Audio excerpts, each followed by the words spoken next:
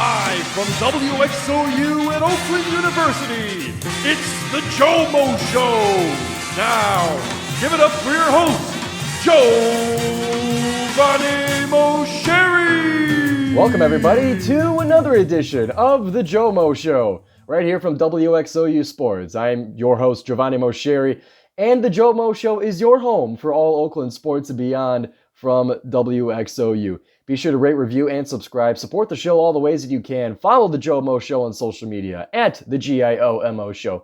Follow me on Twitter at GioMoShow. All of that stuff is linked in the description below. Use the hashtag the GioMoShow to stay connected with everything from your favorite podcast / radio show, but it's lately been a podcast. So for this show, we got a whole lot of Golden Grizzlies sports to catch up on. We're a little bit late to it, but don't you worry. I'll get you guys caught up with the action so that you don't miss a beat.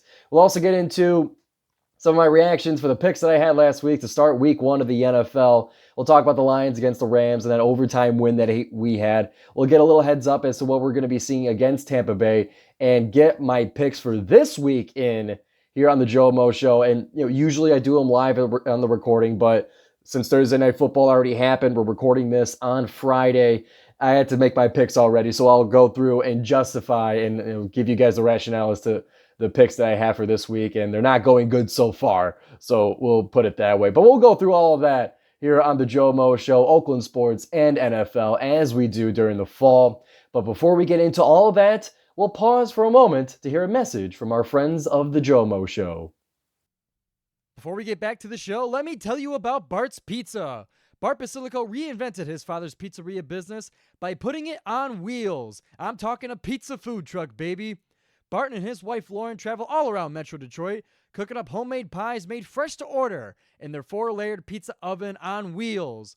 You can find them on their website at eatbartspizza.com and Facebook and Instagram as well at Bart's Pizza. His last name is literally Basil, so you know he knows what he's doing. Make sure to grab a cannoli as well while you're there. Bart's Pizza, it's too good.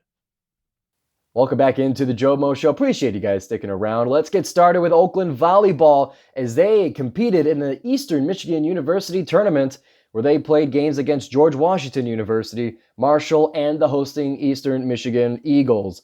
And we'll start with headlines here. Rachel Rossman and Christina Bohm were named to the EMU All-Tournament team. Christina Bohm, with 7 block assists and 8 total blocks, got her on the EMU Tournament All-Defensive team. And Rachel Rossman, 84 assists, 8.4 assists percent would earn her a spot in the offensive All-Tournament team at the EMU Tournament. And we'll go into a little more detail as to the games they played. Their one against George Washington would end in a sweep. A loss for the Golden Grizzlies 0-3, where the first set it was George Washington winning at 25-21. Oakland would battle even closer in the second set, only getting to 22 points. But then the third set could not muster up the juice needed. 25-16 would be the score of the final set as they would be swept by George Washington. This took place last Friday, by the way, September 6th at EMU. Their next game later that afternoon would be against Marshall University, and this one would go a lot closer than their previous one against George Washington. Unfortunately, a 1-3 loss is what the Golden Grizzlies would be resulted with. They took set 1, 25-22, and then only scoring 16 in the second set would even it out 1-1. Going into extra points, Marshall would come out on top 28-26, and then with the Golden Grizzlies on their back heels, 25-19 is what they will lose set 4 to, giving Marshall the 3-1 victory in the second game of the tournament. However, the Golden Grizzlies would not go defeated the entire trip. That next day, Saturday, September 7th, is when they faced Eastern Michigan, the hosting Eagles, where Oakland would come out on top with a sweep of their own. 25-19 in set 1, 25-10 in set 2, dominating fashion, and set 3 would go into extra points, Oakland winning it 27-24 to be able to get the 3-0 sweep against the Eagles. And as mentioned before, Christina Bohm and Rachel Rossman named to the defensive and offensive tournament teams, respectively. They got their first home game coming up Friday, September 13th. That's today, as of this recording, 6 o'clock. In the arena, they will host Sacramento State at the OU Credit Union Arena, and they will do so, and they'll actually have multiple home games here as it is part of the Michigan/Oakland Invitational. Sacramento State will be held in Rochester, and Sacramento State and Akron would be in Rochester as well. Oakland would then face St. Francis University at the arena, and they will travel to Ann Arbor to face the University of Michigan. That's going on this weekend, September 13th through September 15th. So I guess they're kind of sharing the venues in this seg. Oakland getting a lot of the games. But either way, we got home games coming up for volleyball. Finally, you guys could get to see the action live for yourself on the blacktop at the OU Credit Union Arena. Overall, the Golden Grizzlies sit at 2-4 for their overall record, yet to play a conference game, although that part of the season is quickly approaching. 1-1 in away and 1-3 in neutral sites, coming off of their win against Eastern Michigan. So before we get into women's soccer, I want to remind all of you to subscribe to WXOU Sports on YouTube for all of our sports broadcasts and content from your favorite college radio station. We got live audio broadcasts of all Oakland home games, interviews with athletes and coaches, highlights, and more. You can follow WXOU on all social media platforms, and you can find them on WXOU.org. You can follow them on Instagram at WXOU Radio and on Twitter simply at WXOU. So let's now get into women's soccer. So 2 games were had since the last time that we spoke here on the GioMoShow, September 8th and yesterday, September 12th.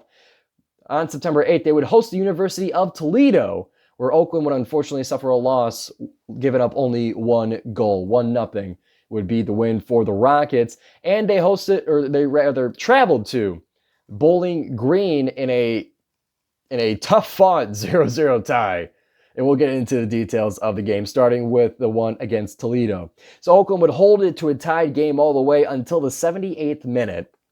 Later into the second half, that's when Allie Macbeth would score for the Toledo Rockets, giving them the 1-0 game-winning goal. As far as the stats are concerned, it was pretty even between the two teams. Toledo would lead 5 shots on goal to 4, although Oakland would lead in total shots 15-13. Otherwise, the saves were even at 4 apiece. Corner kicks, Toledo had the edge on that. 5 corner kicks in the first half, and they would end with 7. Meanwhile, Oakland only had 3 corner kicks throughout the match. Fouls are even at 7. But that last goal, or that only goal rather, would be the one that cost the Golden Grizzlies the game against the Rockets at home. They then traveled to Bowling Green yesterday, September 12th, where it was tied 0-0, but you look a little bit into the stats, and Oakland, and I'll be straight, Oakland was lucky to get out alive in this one, because looking at the stats, Oakland only had 3 shots in the entire game, all of them coming in the second half. They were completely shut out in the first half. Meanwhile, Bowling Green would have 8 total shots in the first half. They would also have 9 in the second half for a total of 17. 7 of them were shots on goal. So Oakland was just trying to withstand the thunderstorm from the Falcons. Going to saves, Oakland, Julia Zangirl with 7 saves, 4 in the first and 3 in the second half. Bowling Green only having 1 save for that 1 shot on goal Oakland had. Bowling Green would have 6 corner kicks. Oakland would have none. And even in the fouls, Bowling Green would have 12. Oakland would have 6. So Oakland able to stand strong and come out of this one with a tie. And given how the game went, that one you can be proud of for the Golden Grizzlies, because that looked tough, to put it in the most respectful terms. So in total, that puts the Golden Grizzlies between their game against Toledo and between their game against Bowling Green, puts them at 1-5-2 on the season. 1-2-1 at home, 0-3-1 away. With the Horizon League season quickly approaching, they'll have one more game out of conference at Ohio University this Sunday, September 15th, before they would host the Robert Morris Colonials Thursday, September 19th at 5 o'clock at the Oakland Soccer Field, as we are already getting into the Horizon League season for women's soccer. So be sure to go out and support your Golden Grizzlies and get them their second win of the season in conference play. So now before we get into men's soccer, I want to tell you guys all about Jake's Takes. If you want in-depth coverage of all professional sports, along with interviews with coaches and college athletes, both inside and outside of Oakland, then check out Jake's Takes.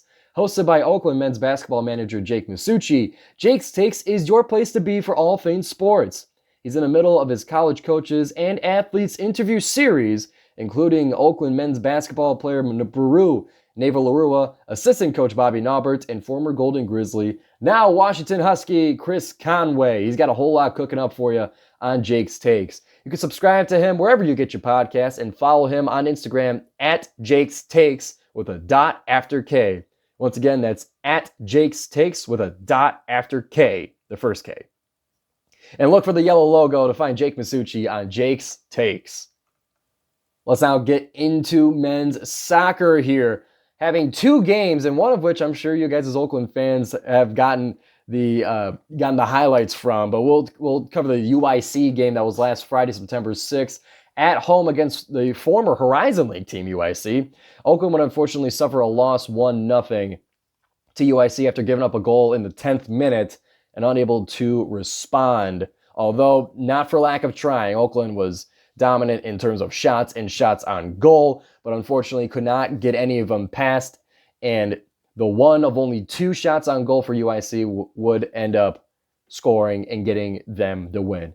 But for the big news, the big story for the Golden Grizzlies men's soccer team this week is Monday night at the Oakland Soccer Field hosting the Michigan State Spartans. Oakland would get their first win under head coach Paul Duro on Monday night in front of a great crowd at the Oakland Soccer Field. I saw all the pictures. I wish I could have been there myself, but seeing all the pictures on social media with the moon glow and with the clock tower lit up and the stadium and the field lights illuminating the crowd, photography-wise, they were fantastic pictures. It was a beautiful scene, but what was also beautiful was the scene on the pitch. As amongst great saves from Alex Flowers to shut out the Spartans, Oakland would win it in dominating fashion 3-0 over the Michigan State Spartans. It would be in the 25th minute for Jack Klomperens. He would get the goal scoring started, assisted by Jace Foster. And then in the 34th minute, it was Lej Pilanek. I'm going to need help with that, because that was not his only goal in this game. I'm sorry, I'm trying my best here. If you know any better, let me know. He would have another goal before halftime. The 41st minute, he would score again, both of which were assisted by Andrew Darakajan. I need to get better with these names, please. You guys got to help me out here. I'm doing my best here, but either way, all in the first half is when the Golden Grizzlies got their goals against the Spartans. And taking a look at the stat sheet, it's not quite the game where Oakland was just dominating in terms of shots taken. It was dominated in terms of, obviously, those that gone through. But Michigan State had 21 shots and 9 of them on frame during that game, compared to Oakland only having 8 shots and 5 of them on frame. Efficient, yes, but that is a large volume of shots to have defended from the Spartans. Alex Flowers, 9 total saves during that game, where Michigan State was only able to muster 2 of them. In corner kicks, Michigan State would have 12, while Oakland just had 1. So it was really, amongst the scoring from Oakland, Michigan State was not holding back. They were fighting to get back into this, but we just couldn't let them, and they didn't. And Oakland would end up coming away with this with their first win of the season, 3-0 over Michigan State. That puts their record at 1-4 this season, 1-2 at home, 0-2 and away, with the Horizon League season on the horizon. This Saturday, the 14th, that's tomorrow, as of this recording, they will host Cleveland State at 7 o'clock at the Oakland Soccer Field. And then this coming Tuesday, the 17th, they will also host Loyola Chicago. A couple of promotions for these couple of games. Cleveland State would be the club day and the gold out, as in wear the colors of gold out to the game. And, they'll be hosting youth clubs for that Cleveland State game, to try and give them a sense as to what the future holds for their potential careers in soccer. I always love how they involve the youth clubs like that. But then Tuesday would be International Day, where free for the ISSO employees. So great promotions are going to be had. They will then go on the road to Northern Kentucky on the 21st before coming back to face IUPUI, or that's not true anymore. It is IU Indy. It is no longer, the P is gone. The Purdue part is gone. It's Indiana University of Indianapolis now. We will be hosting them on Saturday the 28th. So that'll wrap up the month of September with these slate of games. 3 home games, 2 of which in the Horizon League and then 1 Horizon League game away. So it's going to be a lot of fun for the Golden Grizzlies. And what's also going to be fun is all the club sports they have coming on for Oakland University. So make sure to check out all your club sports. Their Instagram pages will be linked in the description below for football, for lacrosse, men's and women's, for rugby, for soccer.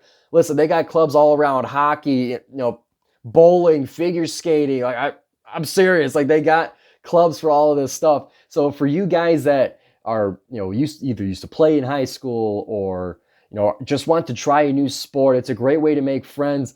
Club sports are the place to be. You can go out and watch them for free. Oakland football is going to be starting tomorrow as of this recording as well at the Elaine Lay Track and Field Complex against Lansing Lightning. We just had an interview come out with the football team on WXOU Sports. I talked to Max Racknagel and Rocky Jacobs, veterans and e-board members of the team. Be sure to check out that video. Check out the Golden Grizzlies, club sports, wherever you get them, wherever sport you want. Go and find and support your club sports.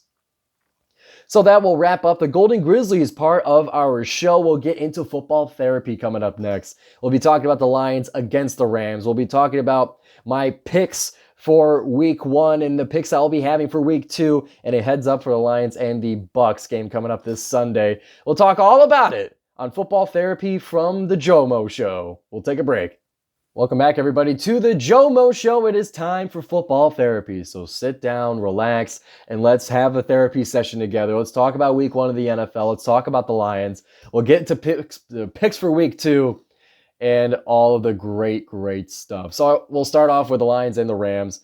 Obviously, the Lions will win at 26-20 in overtime at Ford Field against Matt Stafford, who got another beating from the Lions' defensive line. And the Rams also got beaten up on by our big boy, David Montgomery. The game was, I knew it was going to be tough, especially given that, at least at the time, Cooper Kupp and Nakua were healthy and they were cooking, and specifically Kupp. And for whatever reason, and the defensive philosophy I'm not in tune with necessarily, but the soft coverage, giving up the short yardage, the 22 targets, I believe, to Cooper Kupp, a lot of them in the flat. It was weird to see because it felt like we were giving up so many yards, but we gave up maybe one big play out of all of that. So, I mean, just kind of like trying to understand the defensive philosophy for Aaron Glenn was like, okay, did you not just want to give up the big play and make sure that everything stays in front of you? And I guess it worked because at least at halftime, they only had a field goal. It would have been a touchdown if not for Kirby Joseph camouflaging in the end zone, picking off Stafford right before halftime. But as ugly as it is, I guess it works. Especially when you got the offense that we do, you can kind of make up for that. If you slow down, not stop, but if you slow down the opponent's offense, our offense is good enough to outpace that. I guess that's what the philosophy is. It ended up working, so I can't really complain. Obviously, the rookie corners are going to be rookies, and I'm starting with the negative before I get to the positive. But I mean, I kind of was predicting that going into this game, where it's like we got a new secondary, especially Terrion Arnold. He had a bad PI penalty in the end zone, but he's a rookie in his first game. It takes a little bit for corners to get used to the position, to get used to going up against the talent that they do. Even if you do go to Alabama, you're getting it's not NFL talent. It's going to take some time for the rookie corners to become regular corners as opposed to rookies. So that was going to happen. Otherwise, Hutch was awesome. Just constantly is as not flashy as it was, you could tell he was affecting plays. You could tell he was affecting the quarterback. You could tell that he was doing all he could. Could he have used a little bit more help? Sure. But, when DJ Reader comes back, I'm sure that's going to open up a whole lot of things on the defensive line. So it ended up working for now. It was close, but it ended up working. And I got just random bullet points here. Another strange thing that I thought was now Jamison Williams had a fantastic game. We'll talk about that in a little bit, but strange to see Amon-Ra St. Brown not having such a great game. And it just from watching it, it had to have been the Rams defense focusing on him. Why wouldn't you, if you're a defensive coordinator, not focus on taking away Amon-Ra St. Brown? And if Jamison Williams is going to live up to the training camp hype, is it naturally just going to take away from St. Brown? Is he not going to get the 1,510 touchdowns like he did last year? Is that going to be a matter of sharing the ball? Not a bad problem as long as the offense scores. I don't have any Lions on my fantasy team or nothing, so I could care less as to who scores for the Lions. So, I mean, maybe this is just kind of maybe more of an extreme example, but an example as to the new offense, the new target share for the Lions. But, everyone, even the coaches and the Lions themselves were saying, yeah, we probably could have given him the ball more. So, it is what it is. Not a bad thing. We ended up still winning the game. Now the good stuff. Okay, I got all my negativity out. The good stuff, man. Montgomery is a freaking bulldozer. I am embarrassed to remember when we got rid of Jamal Williams, and I remember being sad about it. Even when we got David Montgomery, I was like, man, but 17 touchdowns, and anime, and leader of the Hidden Village of the Dan. He was so fun. I love the guy, a player with a personality. I really appreciate. It's something where especially for media, especially for folks like me who are a little more tuned into how media works and how difficult it can be for some players to see them to see players like Williams and also Campbell and St. Brown and Goff in commercials now. I appreciate just a little bit of personality to it. So I was sad to see him go, but as soon as I turned on David Montgomery highlights, I'm like, oh, he's just he could do everything Williams could and a lot more. He is David Montgomery is just the running back that you want. He can do everything. You saw in the Chargers game last year that while not that often, he can break one loose. He can run down the sideline if JMO's there blocking for him downfield. He can break one loose, and he can absolutely sledgehammer you. And it was just so cool to see in that overtime drive. Thank God we had the coin flip on our side, but the dude was mauling them. That offensive line was mauling them, the Rams. And he's just everything you want. He makes moves. He breaks tackles. He's powerful but shifty. He's just the best. I love Monty. And even him, he's a funny guy too. I appreciate that as well. So just to see him have his monster game. And again, I don't have Lions. I don't have my Lions on fantasy roster, so I don't care the split between him and Gibbs. As long as they work, as long as they score, brother, I'm good. I'm good. And the Lions were good. And we kill them with it. And like we mentioned before, Jamison Williams getting $120 plus and a touchdown. Now, there were some moments where I'm like, okay, dude, you gotta kind of catch it with your hands sometimes. But if we can make it work for him, if we could throw it at his chest, that's awesome. That's lethal. That is such a deadly combination to have a receiver that can be the deep threat. It could be everything that we were talking about during the offseason, can be the deep threat downfield and balance that with short distance, shorter mid-range game of St. Brown and Laporta. You can either take JMO away and deal with those two, or you can take those two away and deal with JMO, regardless of the running game. it's such a pick your poison. It's such a juggernaut of an offense roster-wise with the O-line. It's like, I was nervous about the receiving room. I still have some nervousness for the receiving room in terms of depth, but the top to bottom from the Lions offensive roster, there's not really a weakness. There's relative weaknesses, but like there's not a huge hole in our offense anywhere. You can get it done however you want it. And Ben Johnson can get it done any way you want it. You want it well done? You want it medium rare? We got you. We gonna cook it anyway. So it was just so cool to have that on display. As much as the offense was like had trouble getting going and has improvements to make, dude, that offense is going to cook all season long, and I'm so excited for it. So overall, it was a really fun game. I'm just so happy that the Lions are back. I'm happy football's back. It feels right.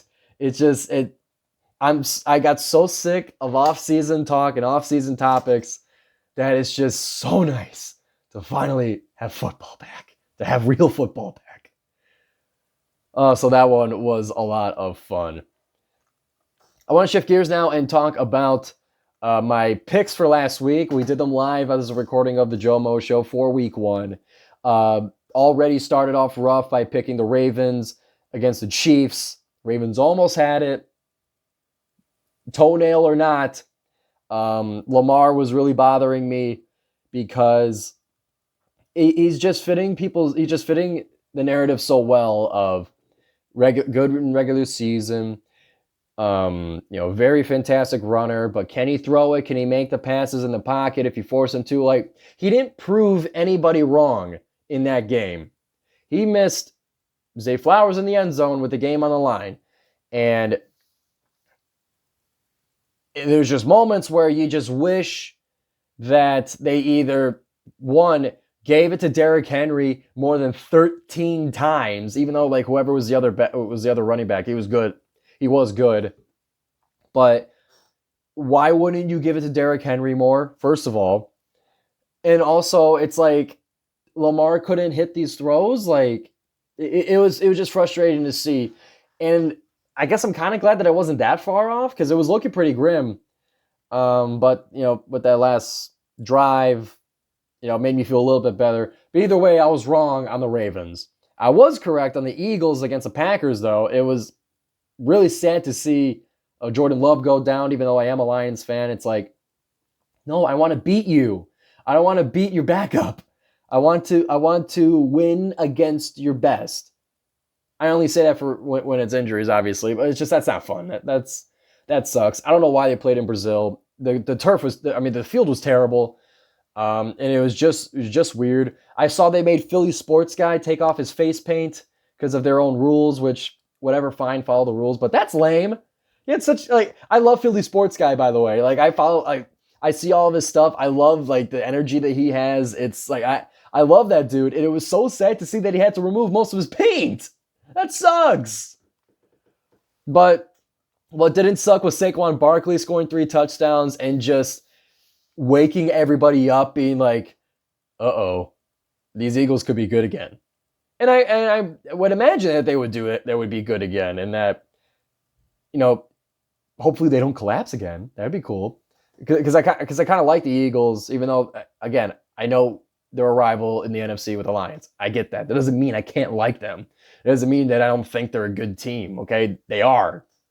So either way, I was correct on the Eagles. I was incorrect on the Falcons because I underestimated the Steelers' defense, and I also underestimated their kicker because he was the only one working.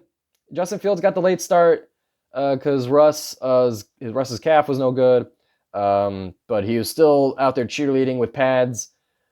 With his full pads on, but Falcons might need some time to warm up. His cousin's old. We'll get that. We'll get to that with Rodgers in a second. But is the quick healing Achilles treatment good, or is he just old? We'll see how it shakes out. But against Steelers defense, it's hard to kind of judge the offense. You can't be mad at the defense for forcing field goals. only. So, there's that. But either way, I was wrong, as the Steelers would win that one. Thank goodness the Bills were able to come back against the Cardinals, because that made me correct. We'll fast forward a little bit here. The Titans almost had it, but the funniest picture ever happened with Will Levis throwing the pick six. Bears could use a little bit of work, but kind of what I was thinking. They need time to warm up, but pick six, I guess, wins you the game. Blocked punt wins you the game. So Bears are just kind of one of those teams similar to the Steelers, where it's the offense couldn't be bothered, but the defense and special teams will make up for it. I feel like I'm with the rest of America, where I was wrong on the Patriots and Bengals game, because how and why? I don't know if this is an example of the Bengals just always starting off bad. Is that just something they like doing? Are they not doing much during the summer? I don't know. But either way, they made me wrong. Texans winning a close one against the Colts. I got that one right, although, Colts, held up pretty well. But either way, I was right. I was right on the Dolphins versus the Jags. That one, another close one, as that would not be the same case for the following game, the Saints and Panthers. Why did you guys let me pick the Panthers? I thought that, they can't be that bad after making efforts to improve. Some efforts. New coaching.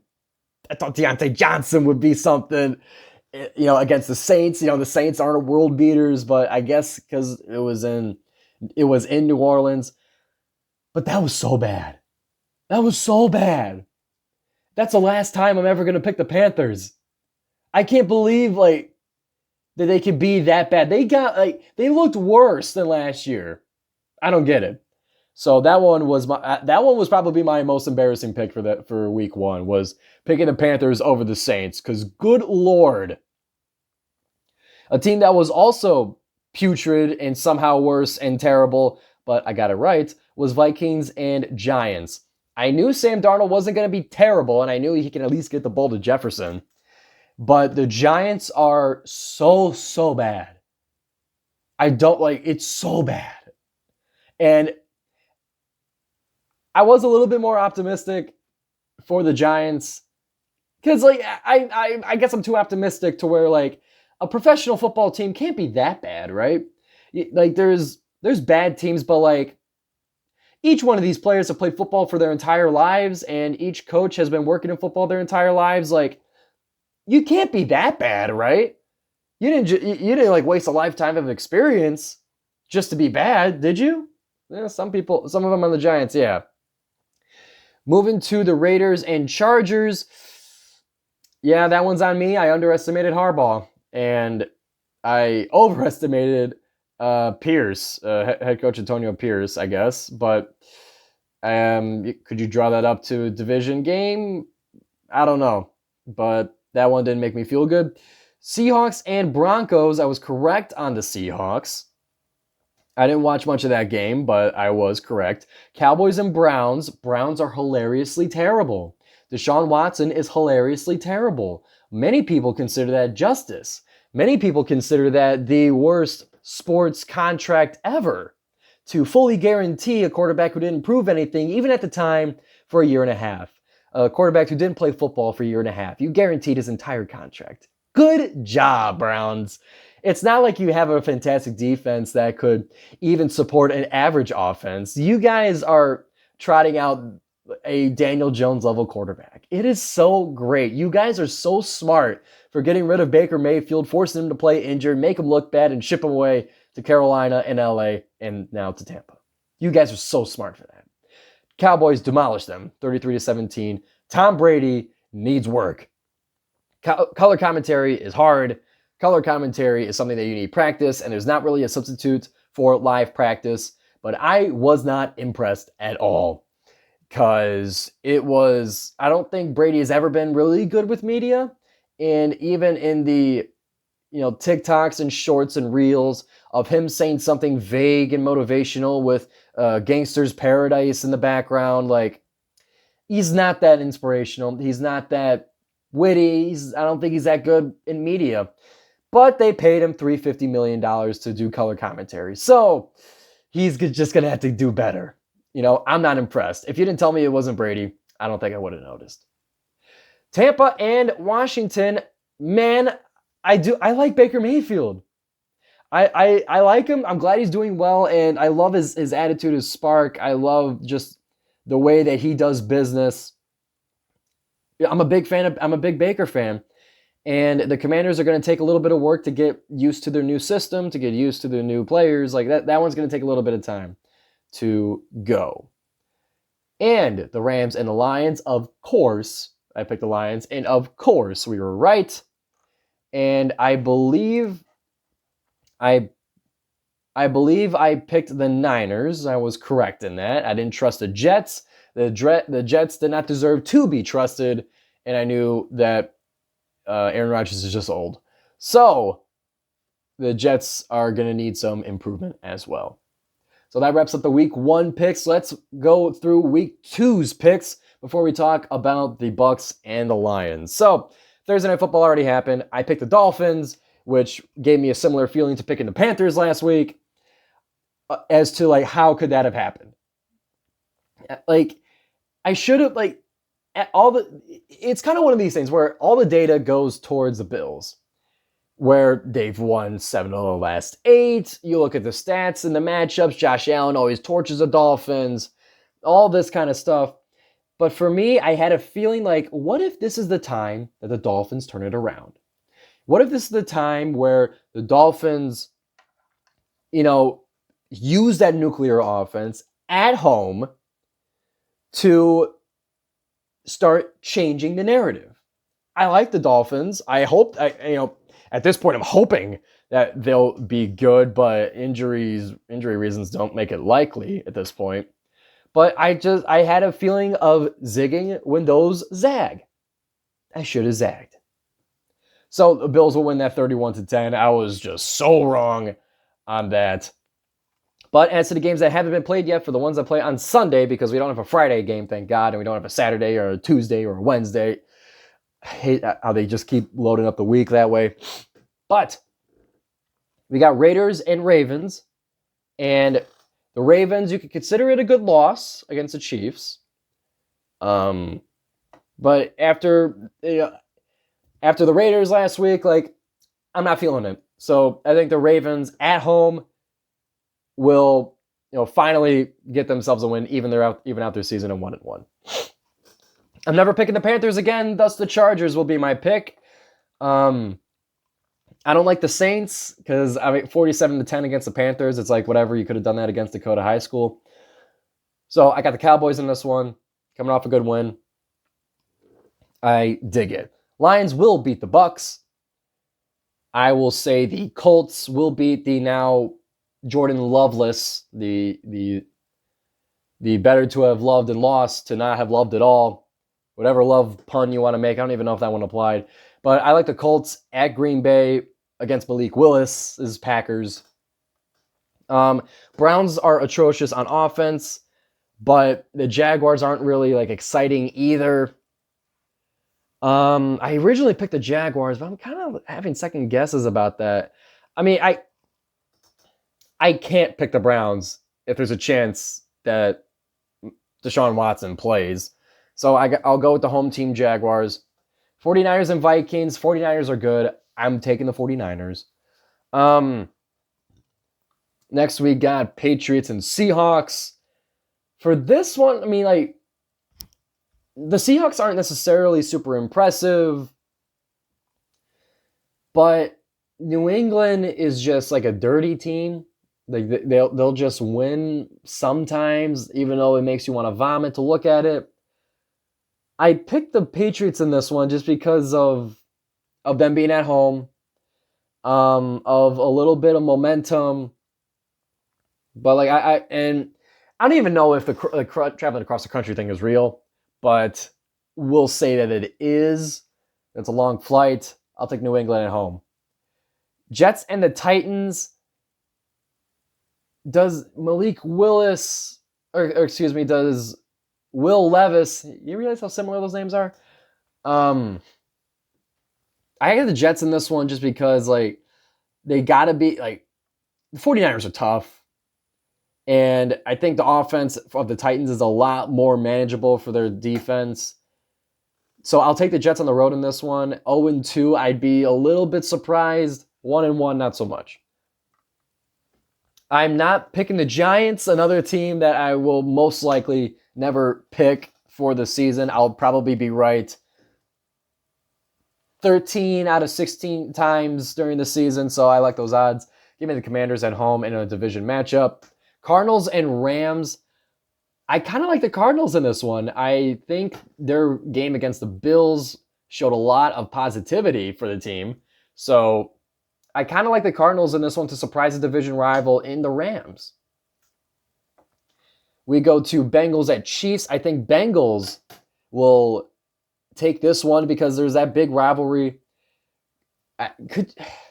Rivalry might not be the accurate word. I feel it as a rivalry. It's a gut feeling rivalry. Record aside. But I like the Bengals in this one on the road to surprise the Chiefs. Just because if anyone can beat them, you know, in the context of the last few years, I think the Bengals can. So that will move us to Steelers and Broncos. Now Justin Fields is getting the start again. I think maybe with a little more like knowing he'll be the starter could improve their offense. Maybe they could get a touchdown. But the Broncos, like, it's another team where it's like I don't have a reason that they would win other than probability, but I like the Steelers in this one to go 2-0.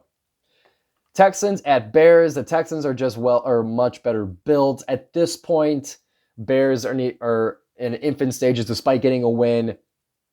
They're still just getting started. I like the already made and ready Texans for this one. And then Sunday night, it is Eagles and Falcons. The Falcons might play better than they did against the Steelers, but I think the Eagles are just way too hot to not pick them right now on Monday night. Give me the Eagles with a tiebreaker total points of 45 points. Again, I don't know totals. So that will wrap up Week 2's picks. And we'll see how I do. Last week, I in total was, I believe, 10 of 16, which 63%. That's not bad. That's not bad. We'll try to improve it, though. Let's try to get 11 games this time. We'll try to get 11 ones correct. And we'll see what happens. We'll review it once again next week on the GioMoShow. So now, final segment of Football Therapy will be a thoughts going into the Lions and the Bucs. So the Bucs are coming. Like, you want to talk about a team that's coming off of an impressive win or of a confidence-boosting win. The Bucs are one of them, and it's not so much that it's because they beat, like, you know, they didn't beat the Chiefs or anything, but, you know, to show that, hey, we can score, we have an offense, our quarterback is ready to roll. You know, and they played us tight in the playoffs last year. Don't forget, like, it wasn't a blowout in the divisional round of the playoffs. Like, the Bucs team is good, I believe. And, you know, they're maybe a 9-win team, like that, like, kind of like could make the playoffs, kind of good. So I'm not like uber confident that the Lions can take this one. I pick they will. I believe they will. But I think this one's also going to be a close one. Maybe not an overtime close one. But to, you know, and we'll think about it in this headline. Do the Lions repeat their 2 playoff wins to start off their next season? Does Todd Bowles make any improvements from that divisional round game? Because there was moments where he just kind of gave up and like didn't try. I forget exactly what moment it is, but like I think there was a chance where they could have kicked a field goal or they could have tried to get some points up, but they just kind of wasted time and just kind of gave up on the game. I think there is improvements that the Bucs can make in terms of this matchup. I still think the Lions, with that enormous home crowd, will be able to do it. But I think it'll be close. Mike Evans and Godwin, another big receiving duo that are rookie corners and kind of fresh secondary might have some trouble with. Are we going to force them to dink and dunk again? Will it be enough? Will Mike Evans be enough of a threat downfield to, even though we don't give up the big play, and we don't we try not to give up the big play. Does it happen anyway? Does Baker go over the top with Evans in the end zone? That could happen. So all that being said, it'll be close, but the Lions will win it because we gritty, baby. So that one will wrap up football therapy. Sorry for feeling like we're in a rush, everybody, but a lot of content to get through, and I want to make sure this one actually gets out this week because I don't want to skip another week of the show. But either way, that wraps up football therapy. That wraps up the GioMo Show, and I thank you, everybody, for tuning in to this show. We covered all of the Oakland sports. We covered volleyball's EMU tournament. We covered women's soccer and their tie against Bowling Green. We talked about men's soccer demolishing the Spartans 3-0. We talked about my picks for this week and next week, or for last week and this week. We talked about the Lions against the Rams, and we talked about the Lions against the Bucs. A lot of ground to cover, but we covered the ground here on the GioMo Show. Be sure to subscribe right here on YouTube. Follow me on social media. All of that will be linked in the description below. Subscribe to WXOU Sports, Jake's Takes. Go follow your club sports. All the things that we mentioned during the show. It would mean a lot to me. So we'll see you next week, everybody, at some point, maybe in WXOU. We'll see on the GioMo Show.